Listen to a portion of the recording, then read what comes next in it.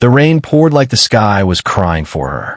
A faint light from a street lamp flickered over the soaked pavement of a quiet Los Angeles neighborhood, where a young woman stood alone under a broken umbrella. Her name was Emily Carter, and for 22 years, she had lived in a world without sound. The city hummed, people talked, music played, but none of it belonged to her. For her, silence wasn't peaceful. It was endless, heavy, and lonely. That night, though, something was about to change. Not in a way science could explain, but in a way that only love could. Yellowheart, if you believe in kindness, second chances, and the beauty of love beyond limits, please take a moment to like, comment, share, and subscribe to our channel, Hopeful Stories. Your support helps us share more hearts that heal and souls that shine. Yellowheart. Emily was born profoundly deaf. Doctors had told her parents she would never hear a single sound. Not the laughter of friends, not the music of a summer night, not even the word love whispered softly in her ear. Her mother cried for weeks. Her father stayed silent for months. They learned sign language and filled their home with gestures and smiles, doing their best to make her world colorful even when it was soundless. But Emily always felt different. As a child, she watched other kids at school giggle and whisper secrets she couldn't understand. She saw lips moving fast, faces changing expressions too quickly to follow. Even when people were kind, she sensed the pity in their eyes. She was bright, creative, and full of emotions that words couldn't carry. But somewhere deep down, she had accepted a truth: she would always live apart. After finishing school, Emily found solace in painting. She said the colors were her sounds, the brush strokes were her melodies. Each canvas carried emotions she couldn't express through words. Her art began to speak for her, and soon enough, her paintings caught the attention of a local art cafe called Aurora Lights. The owner, a middle-aged woman named Sarah, offered Emily a small corner in the cafe to display her work. Every Thursday evening, the cafe held a live music night where local musicians played for the crowd. Emily often sat quietly in a corner, feeling the vibration of the drums through the floor, the rhythm she could never hear but could somehow feel in her heart. One Thursday evening, a new musician arrived, a young man named Ryan Hayes. He was tall, soft-spoken, and had a gentle smile that reached his eyes. His voice, people said, could melt the coldest heart. Ryan noticed Emily sketching in her usual corner, her eyes moving between her painting and the stage lights. He didn't know she was deaf. He only saw a girl who seemed to be listening with her soul, not her ears.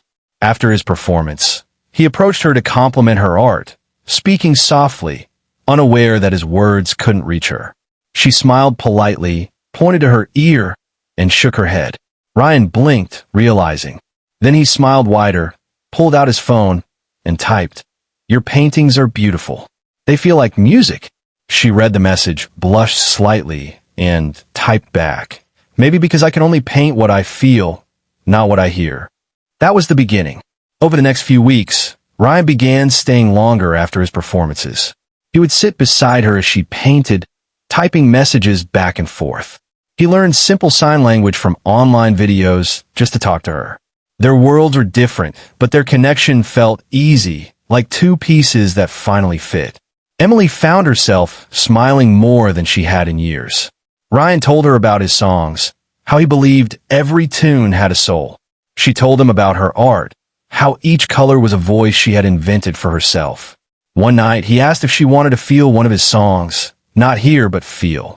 Curious, she nodded. Ryan placed her hand gently on his guitar as he began to strum. The vibrations traveled through the wood into her fingers, pulsing through her arm, spreading warmth through her chest. She closed her eyes. For the first time, it felt like something was speaking directly to her heart. Not through ears, but through love. From that night, something inside her began to bloom. She started painting differently, more alive, more vibrant, as if her soul had found a rhythm it never knew existed. The cafe visitors began to notice too. Her art began selling faster. But beyond the colors and the success, it was Ryan's presence that filled her silent world with something she never thought she would have. soundless love. Months passed. Ryan and Emily became inseparable. They walked along the beach where the waves crashed loudly. She couldn't hear them, but he would describe their sound until she could imagine it. He told her that sometimes the most beautiful music wasn't meant to be heard, but felt. Yet, even love has its moments of pain. One afternoon, Emily received a letter from Medical Research Foundation. They were running trials for a new cochlear implant, one that could potentially allow those born profoundly deaf to hear for the first time. The opportunity was rare, but the success rate was low and the risks were high. She could lose what little sound sensitivity she had, or the surgery might fail completely. Ryan was overjoyed at first, urging her to consider it, but Emily was torn. What if she failed to adapt? What if the sound were too much? What if she no longer liked the world she thought she wanted to hear? And, worst of all, what if she could hear Ryan's voice, and it wasn't what she imagined? For days, she couldn't sleep. She painted dark storms, confused skies, and quiet nights. One evening, she sat by the cafe window, staring at the rain. Ryan entered quietly, holding his guitar. He sat beside her and signed. "No matter what you choose, I'll still sing for you." She looked at him, tears streaming down her cheeks, and nodded. 2 weeks later, she went into surgery. It was long and complicated. Ryan waited outside the hospital for hours, his heart pounding, praying she would come out safe. When the doctor finally appeared, his expression was unreadable. The surgery had gone well, but would take time for her brain to process sound. The next day, when Emily opened her eyes, Ryan was there, holding her hand. She smiled weakly, unable to sign because of the wires attached to her. He smiled back and whispered softly, "You did it." Days passed before they finally activated the implant. The moment was quiet, fragile, full of suspense. The doctor spoke gently, telling her she might not hear perfectly or understand right away. When they switched it on, a burst of strange sensations flooded her mind. The world around her came alive in confusing waves. Soft murmurs, distant hums, the whisper of air. Tears rolled down her face as she covered her ears, overwhelmed. Ryan leaned close, holding her hand firmly. He spoke again, softly, "Emily, it's okay. You're safe." And then, amidst the confusion, she heard something clear. Not words, not music, but a tone. A warmth in his voice that pierced through the chaos like sunlight breaking through clouds. It was his love, translated into sound. Her eyes widened. For the first time in her life, she heard someone's voice, and it was his. The sound wasn't perfect. It wasn't even clear, but it was his, and that was enough. She broke into tears, pressing her hand to his cheek, mouthing the word she had never heard before, but had said countless times in silence: love. The following weeks were hard. Emily had to learn how to connect sound with meaning. Every noise startled her. The world was louder than she ever imagined. Birds, cars, laughter, rain. But through all of it, Ryan stayed. He taught her patiently, describing every sound with warmth and care. When he sang for her for the first time after the implant, she wept uncontrollably. It was the same song he had once played for her when she could only feel its rhythm.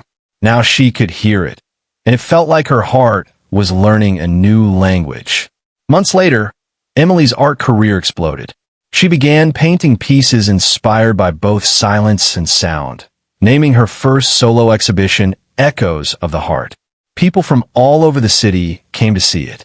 On the final night of her exhibit, Ryan performed live. Emily stood at the back of the hall, tears shimmering in her eyes, as she listened to him sing her favorite song, the one she first felt before she could ever hear it. When the song ended, the crowd applauded loudly. Emily walked to the stage, took the microphone with trembling hands, and spoke into it. Her voice was shaky, unsure but real. "I was born deaf," she said slowly, her words slightly slurred but full of emotion. "For 22 years, I never knew what the world sounded like. I only imagined." But that night, she looked at Ryan, her voice breaking. "I heard love for the first time, not because of a miracle of medicine, but because of him. He taught me that even in silence, love has a sound." The audience stood in silence, some wiping tears. Ryan walked up to her, pulled her close, and whispered something in her ear. She smiled through tears, hearing him this time, and nodded. The hall erupted into applause. And in that moment, surrounded by noise she once could never imagine, Emily felt something deeper than sound. She felt life itself. Red Heart, if this story touched your heart, please like, comment, share, and subscribe to Hopeful Stories.